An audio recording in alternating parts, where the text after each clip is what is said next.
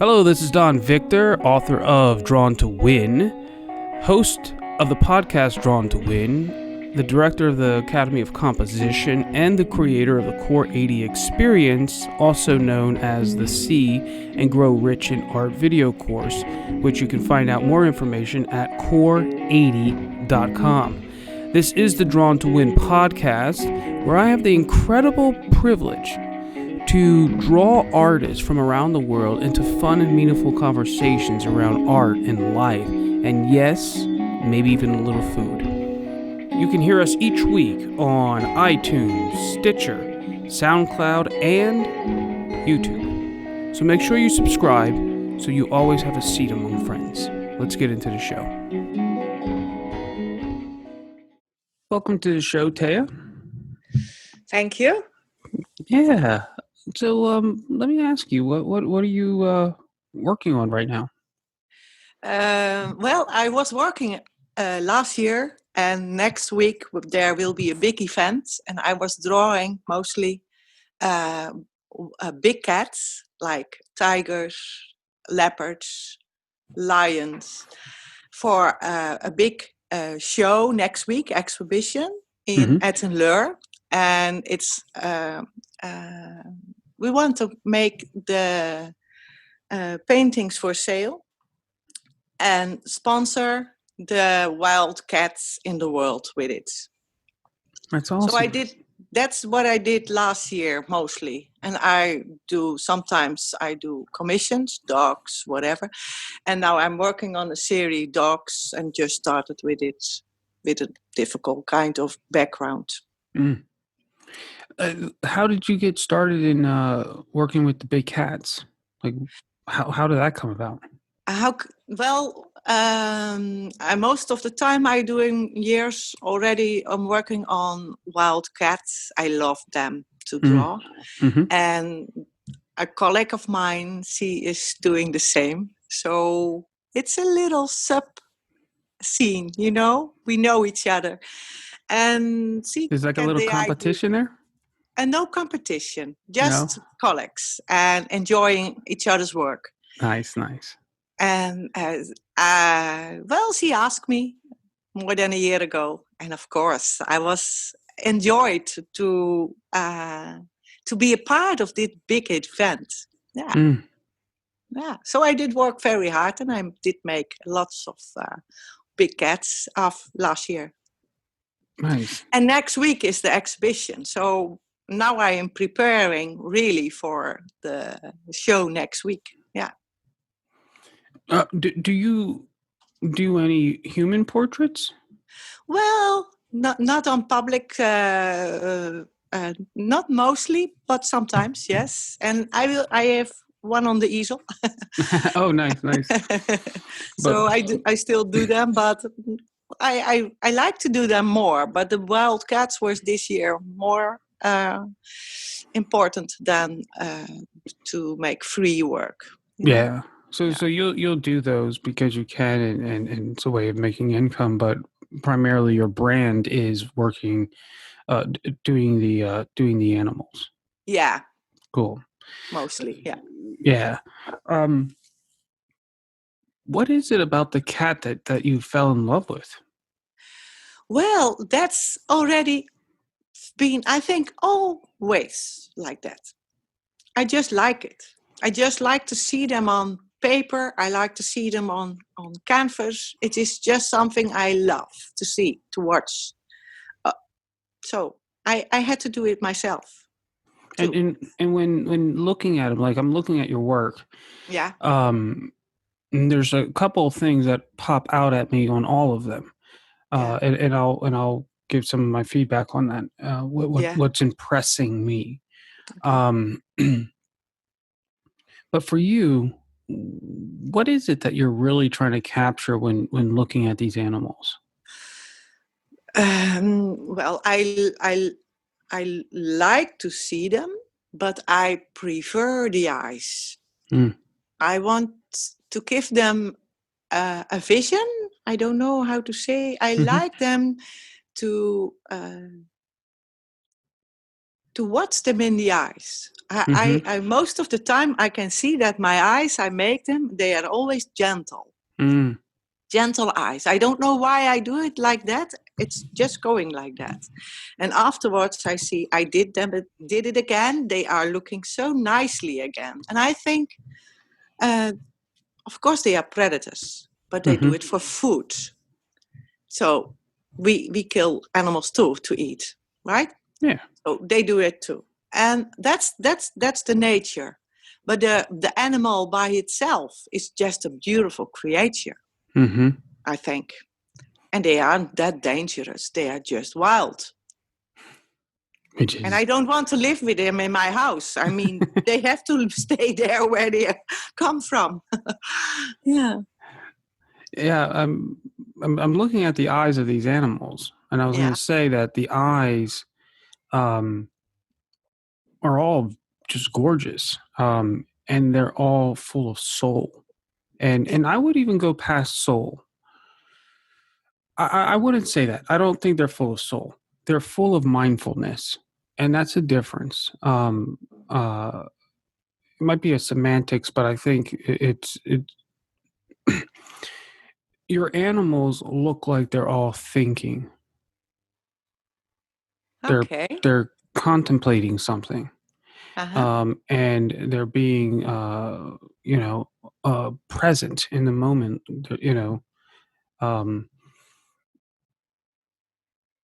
and that's very fascinating. Like, I'm just looking through all of them, and I'm like, man, like every single set of these animals, the only one that doesn't feel that way happens to be the falcon because his eyes are covered with the Yeah. little hood.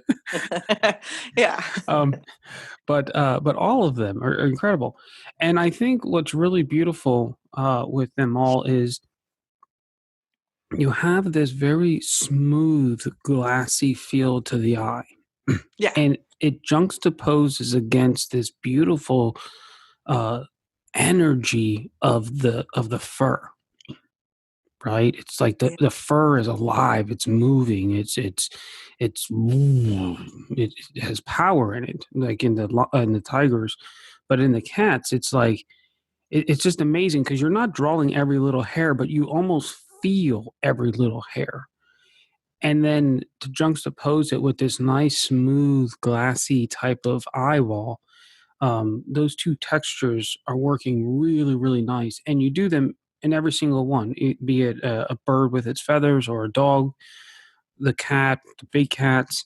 Um, it's pretty remarkable, actually. It's a really nice experience when looking at your work. Thank you. Yeah, and I have to ask you about this because one thing I think you're being very successful in is your backgrounds.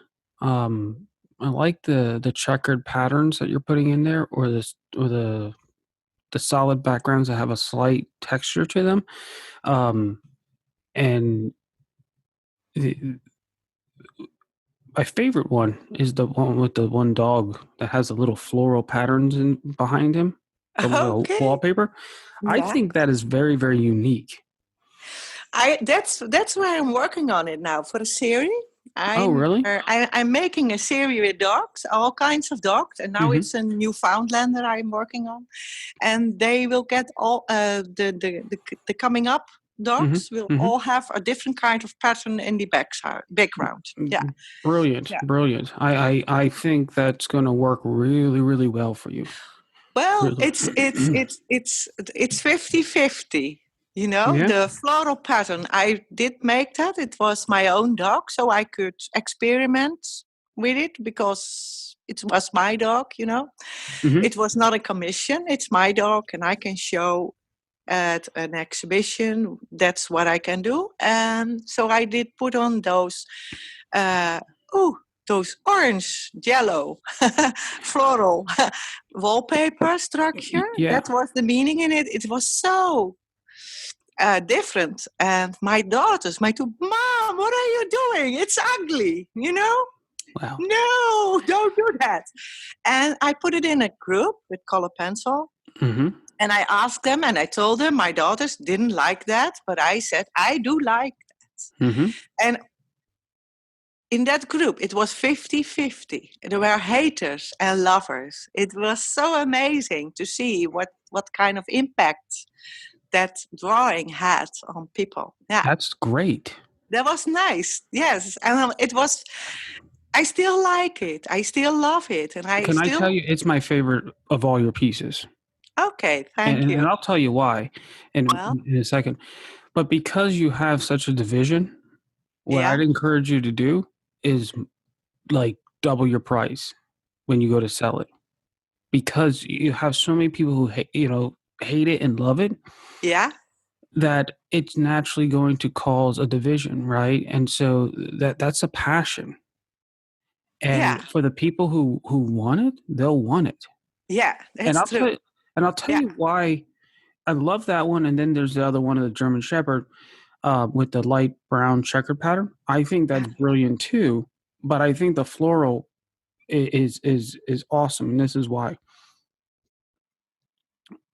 Oftentimes, when an artist does a pet portrait, and the portrait of the pet or the animal is really done well, they oftentimes leave the background blank, and so it looks like a pet portrait, um, which is what it is, right? If there's a background and you can like have a sense of a background and it's kind of blurred out or whatever, or maybe it's a sky, it kind of feels like maybe it was copied from a photo, right? yeah, But when you do this and you create a background and the background merges and plays beautifully with the subject, for me, that elevates into a work of art. And, you know, um, technically it's all art, but mm, there's a very big difference than just, I mean, if you look, if anyone looks at it, there's a very big difference between a portrait of a dog on a white background and that dog, with because now you're considering the entire composition, the entire piece. Everything has to work together. The values, the spacing, the shapes, like everything has to come together. There has to be meaning put into it. It's just on a whole nother level, and uh, it's not done a lot. So a, a lot of pet portrait artists will do the dog's head on a plain background. Very few will do something like this. So I think it's going to do very well for you. thank you. Very Well, good. I will make a series of it with different kinds of backgrounds then. Yeah, Yeah. yeah, yeah. That's going to be exciting. Cool. Now I have a black dog. The Newfoundlander is a black dog. This one is a black dog. And I had a very bright red and a very sand color on the background. Oh, okay. That's the one you're working on now? Yeah. Nice. And the florals will coming up after this one. I will make a collie, a craze one. So I will make dark colors behind it. Well, I will different kinds of dogs and different kinds of backgrounds. The Mm-hmm. shepherds are very good for all kinds of backgrounds because they are very dark from their Mm-hmm. uh, uh, fur. Let me tell you, dark nose, etc., and dark ears. I'm kind of curious about your your work. I'd like to have a conversation with you about what goes into your images, underneath them, your thinking process, your designing process. Um, I think a great artist is far more of an engineer than a lot of times a copier, like someone who can just look at something and copy it. They're engineering an experience. They're engineering a personality um, in this paper, and I have no idea what your process is. But I like to have you share a little bit of it because uh, there's so many neat things that are going in your work underneath it, and I don't know if you're doing it intentionally or if it's just intuitive. Um, But before you start bringing in color, like where's your mind and what are you doing to prepare to produce this work of art? Well, I have a sort kind of ritual. Hmm. When I start and going to my drawing table, Uh-huh. I put on music. And Nice. my music, it's not the music I want to hear every day when I am cooking or reading or just in my living room. No, it's my music. I start with What kind of music is uh, that? it's more kind of dance music, this very All right, fast let me ask you this. rhythm. Yeah. Do you have a sample of it very close to you? Well, Can you press play somewhere and play it so we can hear it? sure. I have to put on my laptop first. All right. So we just talk, and I will put on my laptop, Yeah, yeah, and yeah. We can I. do that. Now, so okay, while you're doing that, you put on the Yeah. dance music. Yes. Are you standing or are you dancing with it when it comes on? Are you like continue Uh, like with this ritual? What are you doing with that music? well, when my music is starting, it's like a button in my head, in my brain, Mm-hmm. and I put my brain out. Just Interesting. focus on my drawing because it's very uh, fine work what I do, the Mm-hmm. drawing, and I'm concentrating. I like the noise in a fast tempo Mm. behind me, and I can sing with it. And when my drawing is going very, very good, I just dance with it. Yeah, sure. Nice. So when you're drawing, are you standing or are you sitting? Everything. Yeah, well, all of it. I'm laying on my back on the floor. No. Um, that's awesome. No, it makes a lot of sense. You know, the word I always tell like when I'm working with my students about inspiration, we go through a part of like how to be inspired. And the word inspired means to be in spirit. Okay. Yeah. Yes.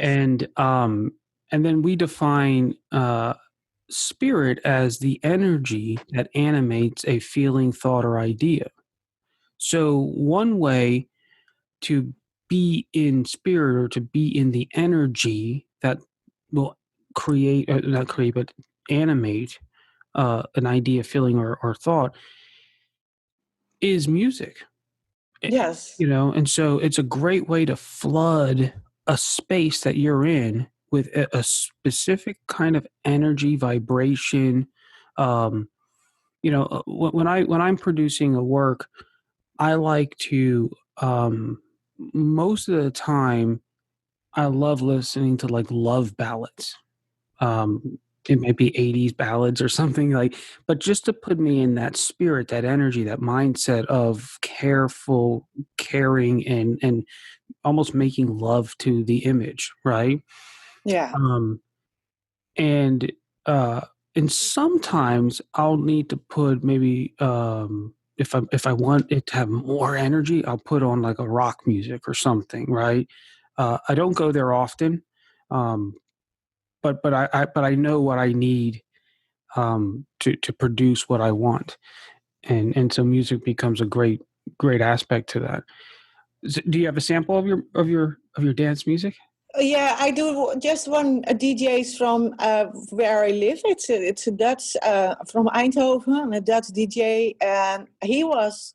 I just pick him out. I have more different like Summer Wine from DJ Oscar too, but I don't know. I how loud do you want to hear it? I just want to hear like 30 seconds, like just a couple seconds of it.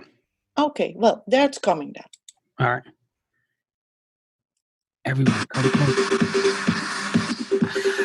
You can hear it. Yeah, that's awesome. You cannot not dance to it. So that's Like enough. that's perfect. That was perfect. That's awesome. And I put it loud, and then my brain is there's a button in my head, and it's just going. So now I'm starting to work. That's working. Absolutely, that's awesome. That's awesome, man. That's awesome. And that energy, that right, you can feel it in your work, like with your strokes, like the marks that you're making. for that fur and the backgrounds and um, even in the feathers and things like that, like you can feel that pulse, boom, boom, which is being transmitted through your mark making. Yeah. Yeah, that's cool. That's really, really cool. It Very makes cool. me quiet and very concentrated. And but I think I have a busy mind. I'm a busy girl. I'm a quick thinker, so I need those fast music to keep me in balance. I think Nice, it's nice. a kind of balance I need. That's cool. Very And cool. yeah, because working slowly and slowly, music is making me unbalanced. Mm. I So, I I need a tempo. tempo. Nice. Um, when did you discover that you had this special connection with art making? Oh, I think I always did. I think I always did. Yeah, Yeah. I like art. When I was in a library one day, I was 12 or 13, something like that. Mm-hmm. And I was in the library picking a book of Salvador Dali. Mm-hmm. And I saw his colors and his images, and I was, well, Mm. flabbergasted but with it. I was so impressed by his art and still am. Mm. I think he was at that point my most favorite artist all time. Mm. And later, when I did my art classes in America, in Illinois, in the Parkland College, Okay. and at that time I was learning about Robert Bateman, and he was the most brilliant wildlife animal painter. Mm-hmm. Still is, I think, still is. But I was then I was there on college and I was making everything. We learned everything to make. But I had two dogs and I was starting with aquarelle, watercolor, and so I want to make my dog. I had a puppy, so I want to make my puppy, and I did my other dog. Is like a boomer doggy, and well, they were just outstanding with other works I made because my passion was animals. You can Mm. see that from the beginning. So it was my passion just from the start. I could draw, Nice. paint, yeah. Yeah, I'm looking up the Robert Bateman. Holy moly, beautiful work. Yes. um, I have this theory, and I want everyone who's listening to this, as you pay attention to other, as you listen to other guests come on, I've always had this theory that between the ages of, let's say, 12 and 15, is probably the most crucial time in your entire life. And a lot of people who are living an authentic reality, an authentic life, meaning not necessarily successful. They can be successful, not successful, but at least it's authentic, right? Like true to who they are. Um, Oftentimes, I find that that revelation came to them when they were between the ages of 12 and 15. And and I think the reason why is because at that time you're no longer you're too old to be a kid, but you're too young to be an adult, and so you're kind of in this weird, awkward space where you're just in a weird way being by yourself, like with you. And at that moment, um, you don't know enough about life in the sense of all the responsibilities and stuff that kind of rob people of their passion. um, and yet you also know there needs to be more to life. You need to contribute to it, and you're not just a child, right? And so when you're in that little state, these moments like your Dali experience comes in and it becomes a very strong pillar or solidifies your identity. And I've talked to many artists on this podcast, and a lot of times that one of those defining moments when they decided that they were going to become an artist, or at least that they identified as an artist, Mm-hmm. was around 12, 13, 14 years old. I know with me it happened. I remember I went to a dentist, and I had a cavity. And at the time, I was living in this one foster home, and my therapist came and picked me up from the dentist, and it was funny because I had a cavity. I had Novocaine, so my mouth was like, so I couldn't talk. Right? It was like, well, I could talk, but like it wasn't. It was like numb. And so he takes me to his friend's house, and his friend happens to be an illustrator.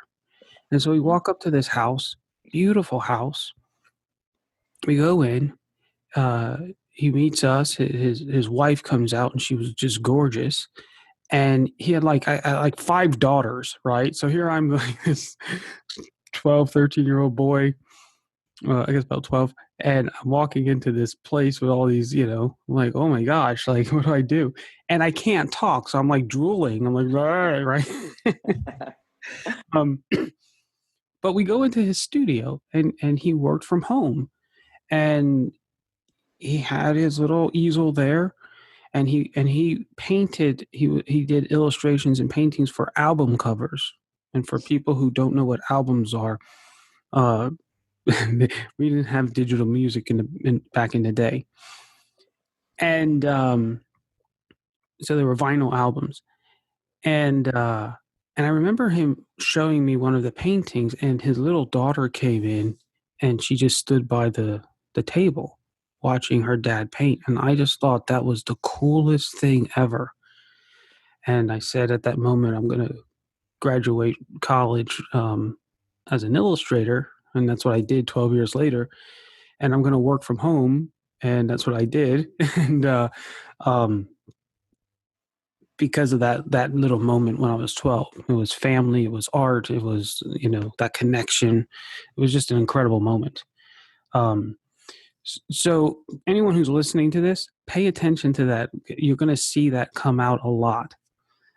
So you have this experience. You're at the library. You find a Dali. You're blown away. It transforms your life forever, or at least solidifies it, I should say.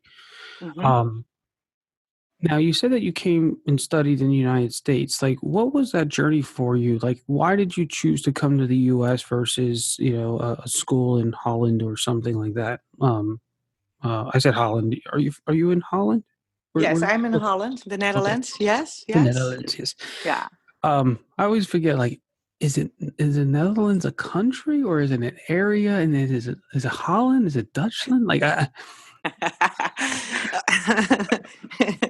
The Netherlands is just a country. It's not that big, but we are a real country with tulips and windmills that's right. and ice skating. The tulips are the most famous from Holland. Everybody knows the tulips from Holland. Mm-hmm. Mm-hmm. And Van Gogh. Yes, and the red light district. And Certainly. also, and the the wheat. In the weed, yeah. Yeah. In the And weed. Rembrandt. Yes. Yeah. Actually, the in the United States, we have we have a bunch of great American illustrators. But primarily, one group comes out of the New York school. A lot of them came under the tutelage of George Bridgman, people like Norman Rockwell, Andrew Loomis. And then we had another guy in Pennsylvania whose name was um, Howard Powell. Why can't I say his name? Howard Pyle. And he trained all of these illustrators like N.C. Wyeth and those guys.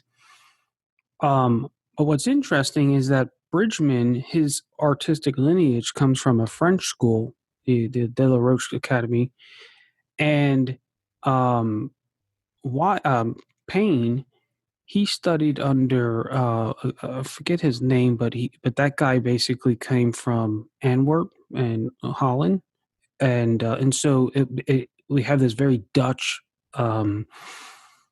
history in terms of our illustration art making. We also have a very strong French history as well, and it's just very interesting to see the different styles. But it's because all of these artists were trained by someone who came out of the Dutch area and someone who came out of the French. So But anyways, you're there. You could have stayed there, but why did you come to the United States? Were you chasing a man? Tell the truth. No. Chasing a man. Well, the first time I was already a social worker. Oh, okay. So I had a work permit Mm-hmm. and I was looking for a job, but there was also a social workers school at that area. So I had to start from under, and I was like, well, I have my experience. I just can start working in a psychiatric hospital and can do my job. So I was like, well, I can't find a job. Then I will do my big passion, but I never can do. I start to go to college and take all the art classes. So that's the start. That's the reason I was living there for 2 years in Illinois. So Yeah. why I have to have this conversation with you because um I'll tell you why in a second, but you're an artist. Yes. Why in the Yes. world did you go Yeah. into social work? Oh, I like that too. Explain, like, I want to know why. Well, I'm like kind of interested in behavior, I think. Mm, Why are people doing what they do? And why are animals do what they do? You mm-hmm. know, I'm when you have see two dogs, there is behavior between those two Yes. dogs. And I like to observe and I just like watching those dogs and see what they are doing about who is the boss and who Mm-hmm. isn't. And yeah, that kind of things I'm interested in. And people, I love people too. And I Mm-hmm. like to see that, I like that people are happy. Everybody is Mm-hmm. happy. So I was trained to work in every kind of institution. Mm-hmm. I did work in a children's home. I did work in a jail. I did work in an mental illnesses, Mm-hmm. psychiatric hospital, well, that kind of work. And so all different kinds of people with different kinds of problems. But they all have problems. And it is the best thing when people can get over those problems, that they Yeah, can enjoy life again. That is what something I like. that's awesome. That's Yeah. beautiful. And that part of me is also enthusiastic. And yeah, Yeah. no, when it comes to your work, I made a comment earlier about the eyes of your animals are Yeah. thinking. They're observing, they're analyzing, they're thinking, they're perceiving. Um, it makes a lot of sense now because of that aspect of your own personality. They always say a work of art is every work of art is a self portrait. There's something in it that we're always really drawing ourselves. Um, how do you see that? How do you see? Well, let me ask you this: are you combining the two, or do you see yourself combining the two, your love for art and your love for observing behavior? I think it's a mix. It's Mm-hmm. me. It's me.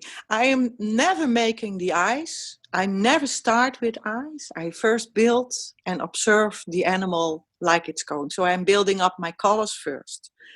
When my colors are starting to build up and I did put on a little bit of detail, Mm-hmm. then I think at a certain point, so now I have to start with the eyes. Now I will make the animal, and Mm-hmm. then I'm concentrating on a day when I'm very fit Mm-hmm. and relaxed and happy and everything is fine. Then I start making the eyes. I can do it when I'm sick too, but when I am fine and happy and relaxed, just a nice mood to Yes. make eyes, then there will be more in it. I Yeah. yeah, I love that you're so self aware about that. I mean, and I like that you break it down because there's an alignment of factors that need to be in place for this transfer to occur. Yeah. Um, if you're only copying from a photo and saying, "No, I just have to copy it," well, then you can do that anytime. But that's not what you're doing, right? And you're saying, "Hey, there's a moment when if I'm sick or maybe you're stressed or whatever, the alignment is not going to occur. That's going to result in an image that has the look or the feel that you want." And I just think that's incredible. It makes sense that you are self-aware about it, but I just think that's really incredible that you are self-aware about it. And it's interesting because a lot of times we're taught that art is a very intuitive expression, and I believe in that. And yet, on the other hand, I also believe that it's very deliberate. That. I can tell you a story. I was working. You did see my quiz with my tiger eyes. Well, I couldn't make those eyes. I did try. It was a new material for me, Mm-hmm. a medium, and I had to work with it. And I was like, I have to make the eyes, but I did work on it 2 days before I knew how to do it. Mm-hmm. I did make them over and over, and I was making on and on to get it right, and I didn't get it right, and I was thinking about it, and I was practicing about it, and then I was going to the horses. My daughter should do a horse riding, and so my daughter and I were going to the horses, and we were launching, and suddenly I know what to do. So we came back from the horse. I did go to my study, and I did make them in once, and they were perfect. Just after I figured it out, it's just brain work. I have to think about it. Mm-hmm. How can I make them the way I want to make them? It's not copying. It's in my brain. They think what should I do to make it look like that? Yeah. Nice. That's awesome. Very, very cool. So you came to the U.S. and you started taking classes. Um, what what was one of your experiences in college that really to this day still empowers you? My watercolor teacher, Yeah. Don Lake. He was at that time. He must be old right now, but he was in the watercolor magazine in the United States, Okay. and he was making old fabrics with lots of iron and fire. That was his mark, and he was good at it.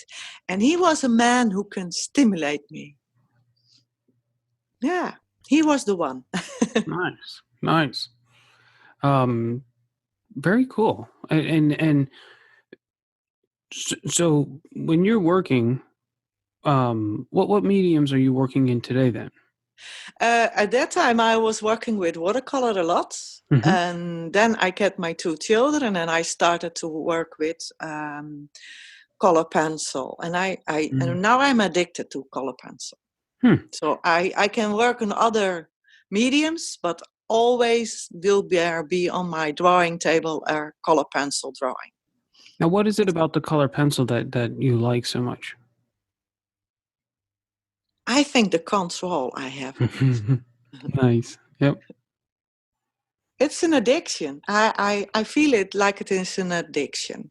I like to do sometimes in between.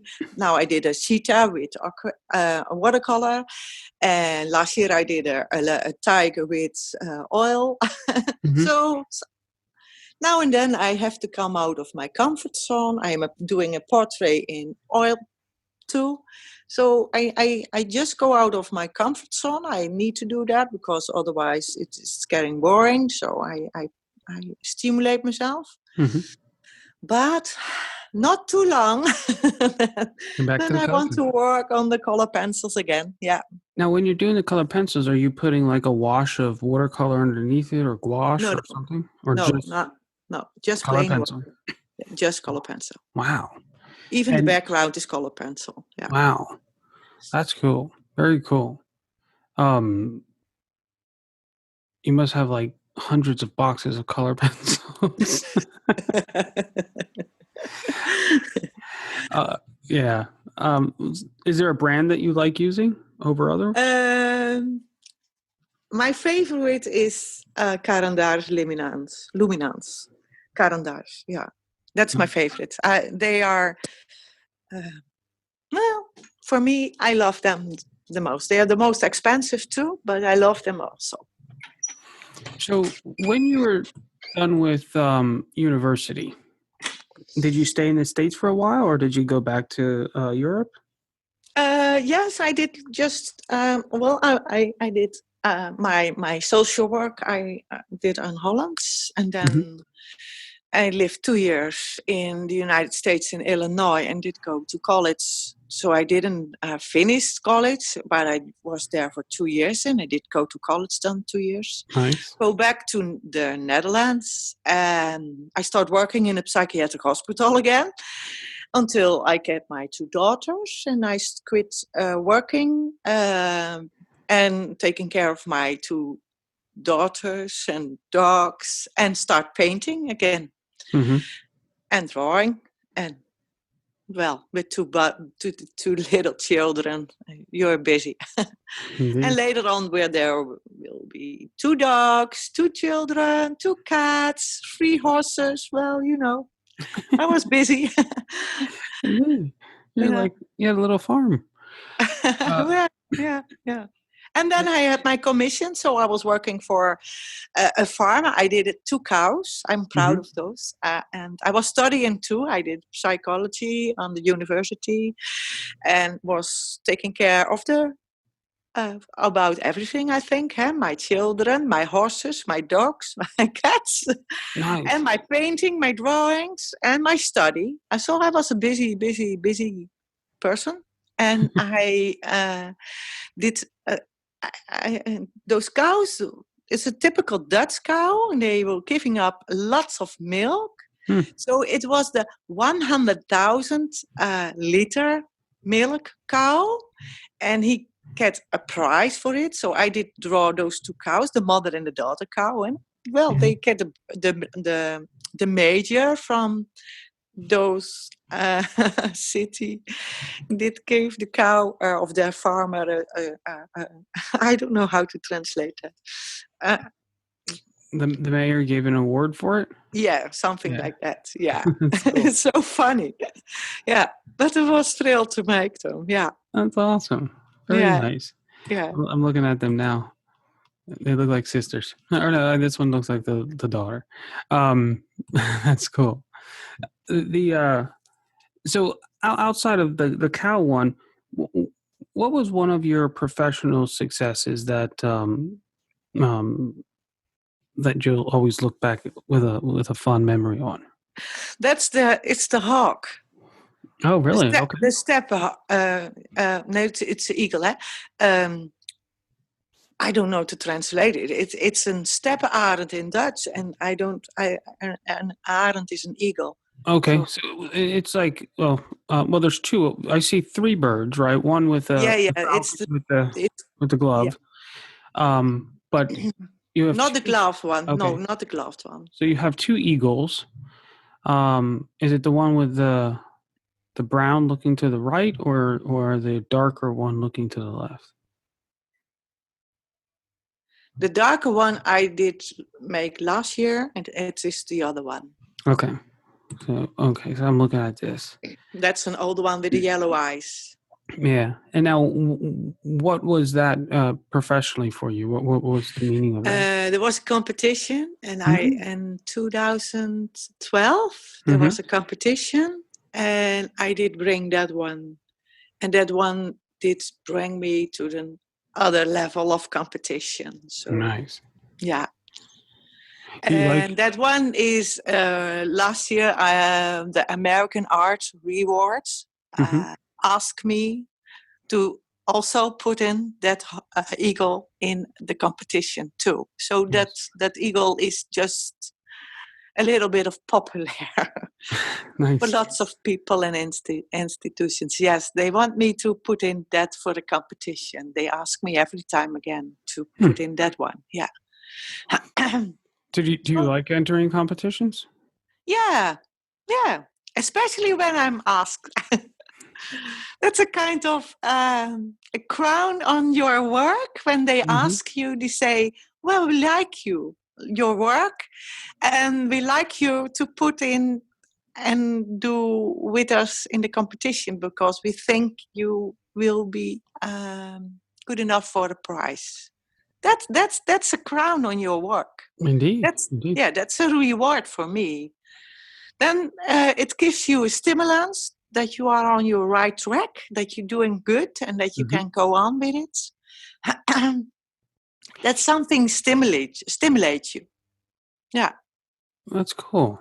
yeah. Yeah, absolutely, absolutely. So you're going to enter this one into another award, another contest, probably many more Well, contests. I just get a mail today, so it's typical. And last year he asked me, Tom Mhm. Beards he's from a television series, a soap in the United States. Oh wow. And he is from the American Art Reward, and 50 museum and galleries in the United States are the jury. Okay. So, well, I was delighted by it. Yeah, Nice. it Nice. gives me, yeah, Beautiful. yeah. That's very cool. That was cool. Yeah, I was, I was happy. Yeah, yeah. It feels good. So where do you want your art to be in the next 5 to 10 years, or just wherever? Like where is it that you're trying to take it in general? I prefer galleries, Hmm. and that and I prefer the galleries to sell them for me, so I can live from my work. Okay. That's what I like to be in a couple of years. That I can make money and live and yeah, live from it. Yeah. Are you still working then in the social work field? No, I Okay. quit social work. Yeah, Okay. no, I'm also most of the time I'm drawing. Yeah, Oh, nice. I'm a teacher too. I teach students at home, and I teach a group in another city art. Hmm. So I'm busy with teaching, and I'm working myself, and well, workshops sometimes, and exhibitions I do. Hmm. So yeah. Nice. Cool. Very cool. Um, so you want in the next 5 to 10 years, basically get your work out there, selling it so that it's um sustaining itself and um yeah, that's really good. That's cool. Yeah. Where do you right now, like when you sell work, is it mainly in the Europe, or is it in the United States, or just both, or? Well, selling to the United States, I do not yet. Hmm. I did send. You see a little kitten on my website. Hmm. Hmm. Well, when I was living the second time in the United States, it was in New Jersey, and my oldest daughter was 6 at the time, and she had a friend, and that friend did get married last year, and so it Hmm. is her kitten. Oh, And okay. I was using those kittens for my workshops. Hmm. I need a cat. And I asked people, who has a photograph of a nice cat for me?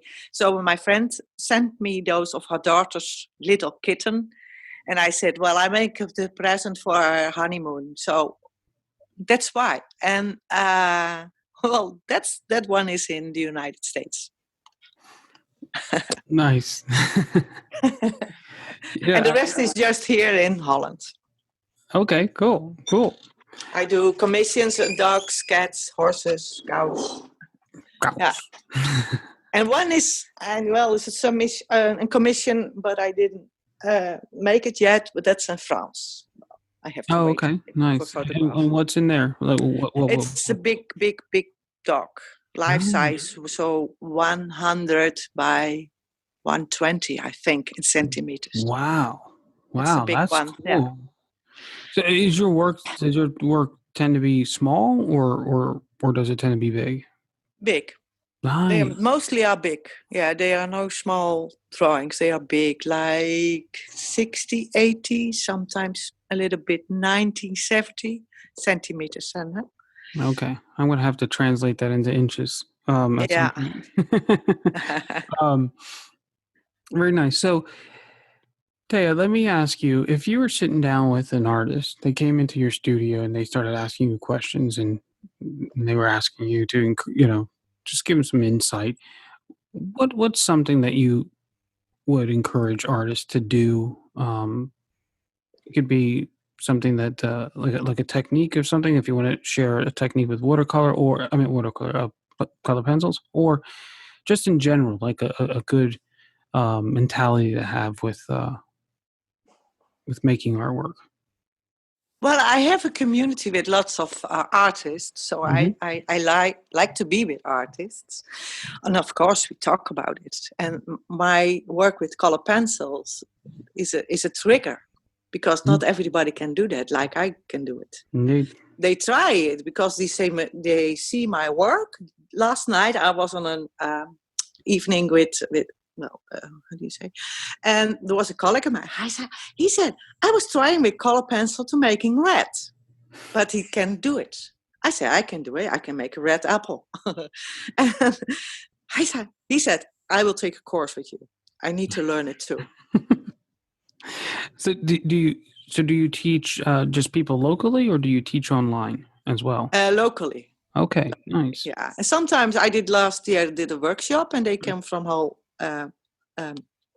from far away from Holland too. Cool. Yeah. So I'm going to ask you soon to give your contact information, not contact information, but the way people can connect with you.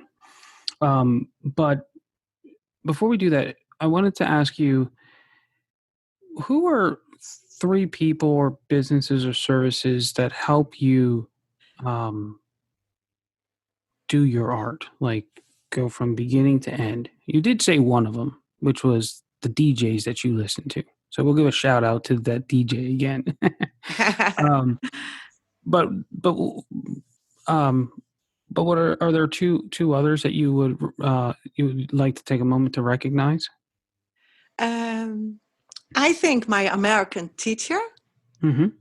he was a great gift for me. He teaches me, but he saw also my talent in making animals. He said, "You can Mm-hmm. do it, or you can't do it, and you can do it."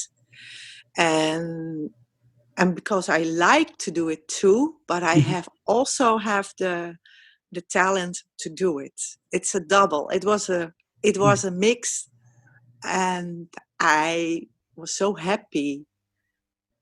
It's a gift. It's something you. It's a present. Let me say, it's a present, and to enjoy. And I enjoyed my drawings in the animals, making animals. Yeah. I still don't like to make flowers. I still don't like to make trees. I will do it if I'm in a club and go outdoors drawing or painting. I will make my trees, but I love to make the animals. There's my passion, not making trees or flowers or whatever. The animals are my, well, that's Don Lake, my Mm-hmm. teacher on college. Mm-hmm. And the one who asked me to go out and to show the public my work. That's a man who I see always in the woods. I was walking with my dogs, and he had a dog, and we always talks in the woods. And I enjoy that man, and he was so enthusiastic, and he somewhere knows my talent for work. So he asked me, you have to code it. So my first exhibition was a big one in Den Bosch in Holland, and it was a 3 days. It was And I was there. I was feeling very small Mm. in between all those big artists. I was feeling like, ooh, I'm scared. And they told me for the first time what I was making and that it was good what I was making. And that helped me to get some confidence in my Mm-hmm. work Mm-hmm. and to go through it and I was daring to show to the people then from that point on.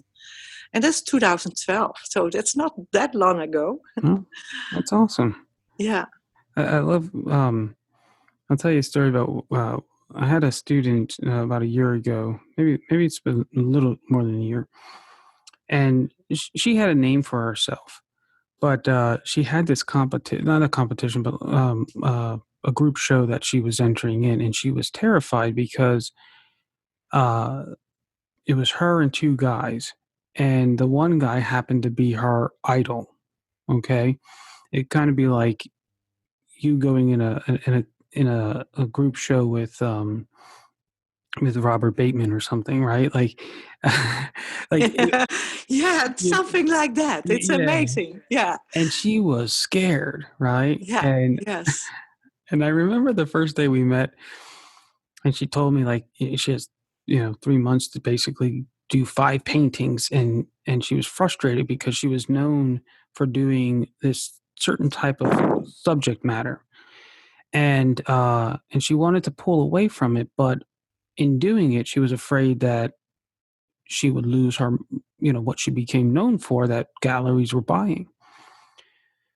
And so I said to her, all right, in 3 months, I said, you will become the shining star of that show. And she looked at me like, you cocky little man. And I just looked back at her like, you have no idea what you're about ready to walk into. And so we composed, I walk her through the composition process because I don't teach people how to draw or paint, but I teach them how to design, compose, and storytell. And, and we were able to preserve her career doing what she does, but we gave her the ability to really go deeper in her work without changing her subject or style, which is what people were buying. And, uh, and so she created these 5 paintings, and she went to the show 3 months later. She put them in the show. One of the paintings sold before the gallery even opened. She texted me. She's like, "Oh my gosh! Like the gallery, the show hasn't even started, and one has sold." At the end of that night, um, five, no, 4 paintings were sold. One of them was from one of the other artists, but 3 of the 4 were hers. Okay. And so she called me. She's all excited. She's like, "I can't believe this." She's like, "3 of the painting out of the 4 sold. They were mine." I said, "That's really, really great. But what I want to know is, how did you feel standing next to your idol in that place?" And she said, "Like I belonged." I said, "Damn right." So, uh, your story just kind of reminded me of that experience. But and it, there's something about that challenge, putting yourself out there Mm-hmm. and then winning. Either winning an award, winning a commission, a sale, or, which I think is the most important, winning the confidence. Like you belong. Yeah, the confidence is I think the most important one. If you go public, if you show to the public your work and how you are working. I was live working that too because I didn't want to talk to all those persons. So I think I need to do something. I cannot sit there the whole day watching those people or talk to those people. I want to do. So I did make my dog Mm-hmm. that you like so much with the Mm-hmm. flower background. I started there with it. Oh, nice. So that's nice. Yeah. Beautiful, Yeah. beautiful. Yeah, I Yeah. do love that. It reminds me of. This is gonna sound strange, but maybe it won't sound strange to you. It has, to me, a very the work isn't tight. When I say tight, I mean it in a positive way. I know some people could take that in a negative way, but I feel that it's a very controlled, tight energy to it. But it also has a very similar energy to a Van Gogh, not in the way that things are moving per se, but just the way it's all come together. And I think it might actually be in the way that it's moving, maybe in the texture of the fur and also the texture of the pattern in the background. But when I look at it, it reminds me, for some reason, I'm thinking of the Postman. Let me just double check that painting, and maybe I can figure out why that image is coming up in my head. Vincent Postman.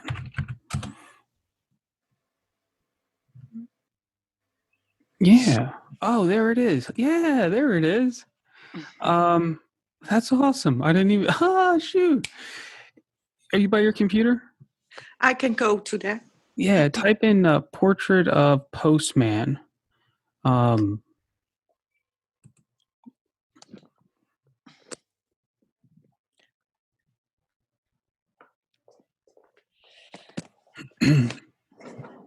and if anyone's listening to this, if you want to engage and participate, go to open up a new browser and go to Vincent Van Gogh portrait of.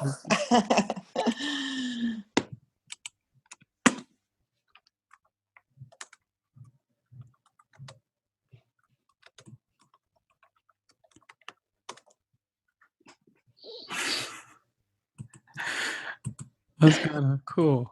Yeah, I can't believe that. That's cool. That's cool. It's almost a very similar color palette. Um,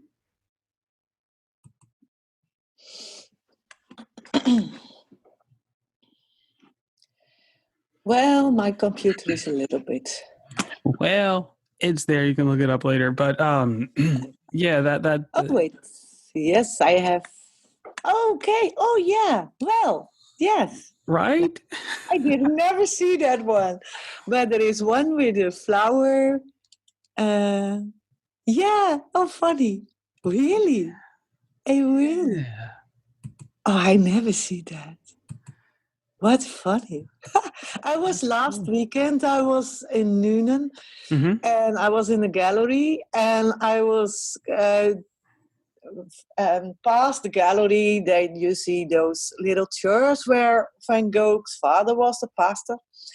And we did have a coffee in the Van Gogh house. Mm, And that's funny. beautiful. Really? He has the same mind as I have. I like how Or you it's just a coincidence and he was thinking, I do love those flower wallpapers. But there are more of funny.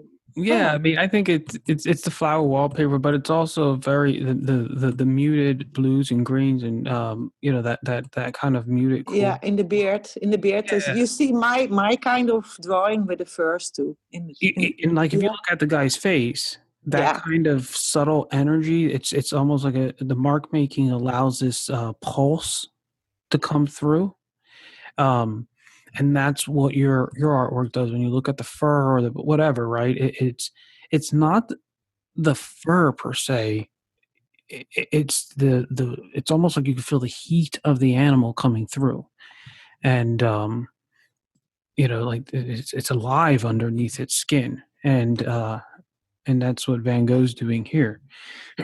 So yeah, that's cool. That's cool. If you ever want to have a conversation together on how to decode one of those Van Goghs so that you could actually do that like intentionally with your work, that would be a really cool and fun conversation to have with you. yeah, Sometime, yeah. not today. But uh, yeah, nice. So, Taya, I have to ask you the most important question in the whole entire world. Okay. What do you love to eat?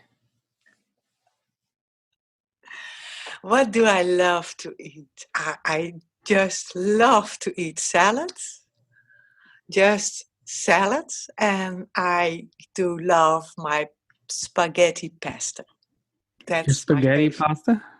Pesto, Or oh, pesto, pesto. pesto. Oh shoot, you're like you live in a world of greens. Uh, Yeah. that's interesting. What kind of salad do you like?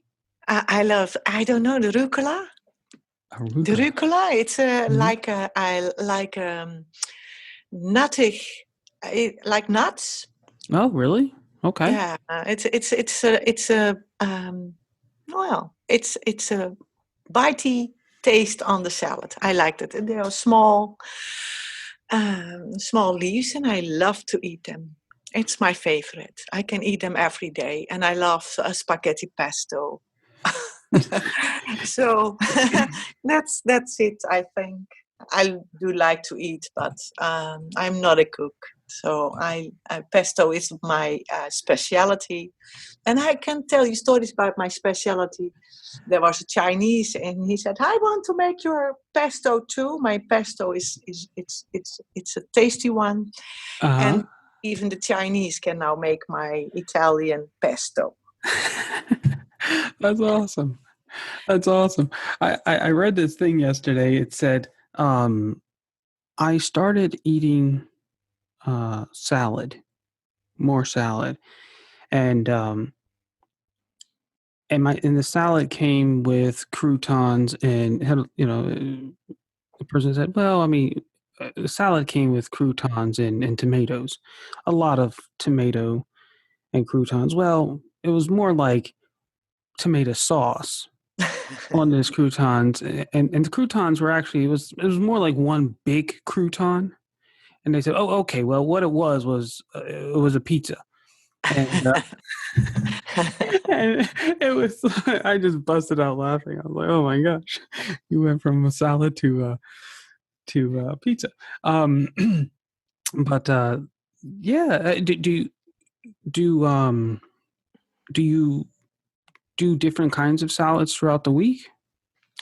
No, I try to stay to eat different kinds of food because that's healthy. Mm-hmm. But if you ask me what I want to eat every day, I want to eat everyday salads. That's cool.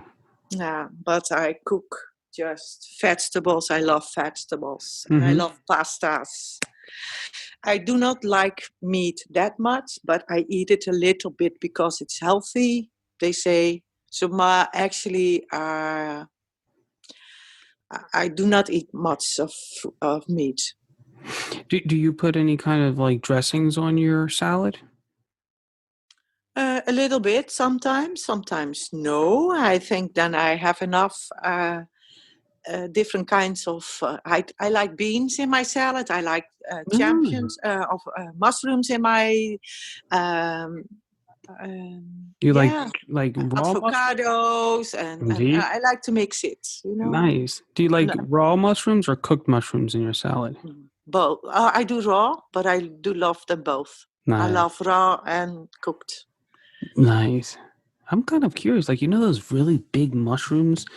I wonder if you cook one and you took the stem out, and so you had like a bowl, and then put like, well, you put avocado in there, but like use it as like a bowl to put a salad inside of there, and eat, just eat that. That would be cool.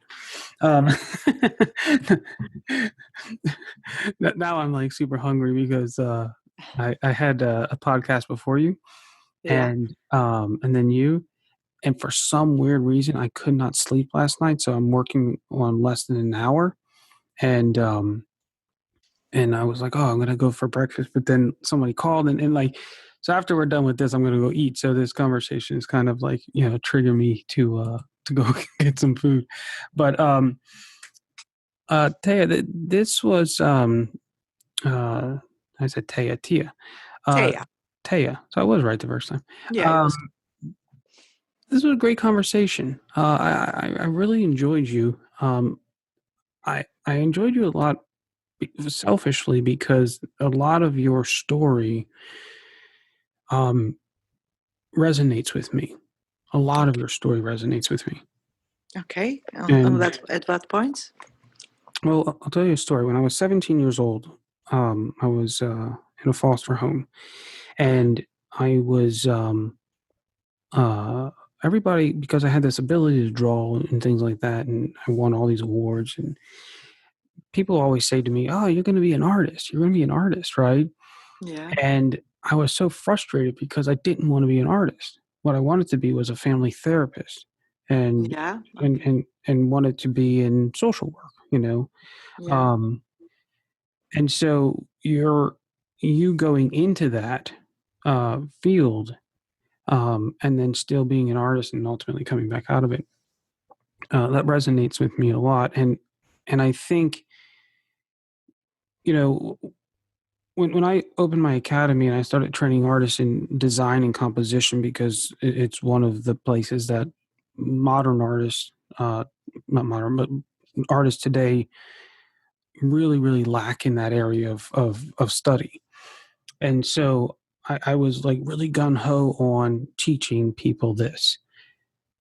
But what I found out was when my students came through, they needed that, but what they really were looking for was someone to teach them how, what I call story, like how to actually put meaning in a work. And so my art background helped me teach them to compose and design, but my desire, my ability to observe human nature and the nuances and subtleties in dynamic, human dynamics and things like that, seeing people from different perspectives. As a foster kid, I was talking about this with my brother the other day. You would live in one home, and let's say that person was, back in the '90s, making, let's say, 300,000 a year, right? That gives you a certain quality of life. And as a foster kid, literally within 1 hour, you could be taken from that reality and brought into a whole nother reality where you were struggling. Some nights they would give you a candy bar for dinner because they just had no money, right? Yeah. And Yeah. and literally a 24-hour difference, and your whole world is different. And so living 18 years of my life kind of like that, you learned all kinds of different styles of parenting, different perspectives, what works, what doesn't, different kinds of people. So fast forwarding, when I'm working with these professional artists, like, that became a huge strength to help people learn how to see these nuances in situations, and really look past what they're looking at and get into the core of things.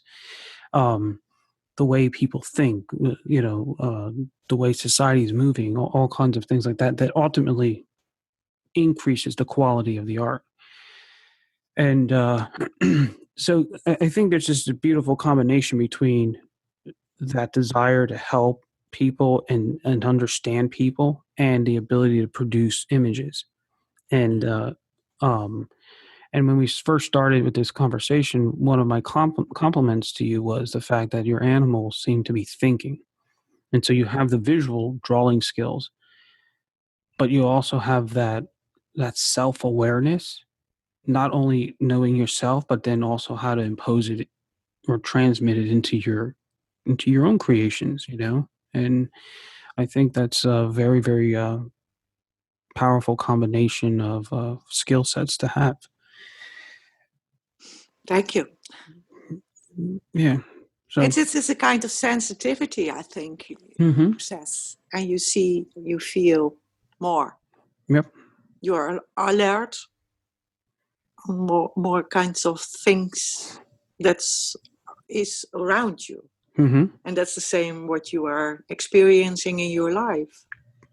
It's a kind of sensitivity who is stronger than a normal child cat's when it's growing up. Hmm. Your alertness, you can see past. Well, it's a gift. It's extra. It's extra, I think. Can you say that one more time? Extra? It's an extra gift. It's No, an no, I got that. extra dimension. I just like the When way you said extra. You have Oh, okay. your accent when you say it, My accent. Yeah, I right? have a When you funny say accent. extra. Well, no, it's not funny. It's cool, but like the way you said extra, I was like, oh, the sound, the way that you say it. Say it one more time. Extra. Yeah, the sound. It's such a beautiful sound. I like the way it sounds. Um, uh, and it's such a weird word. Like I've never thought about the word extra being cool, but unless people want to say, hey, I'll give you extra. But the way you said it, the sound that came out was it kind of not shocked me, but like I felt it. It was neat. Um, well, I thank you for that. And how can people get in touch with you? Well, I have my website. I have my Facebook. I am on Instagram.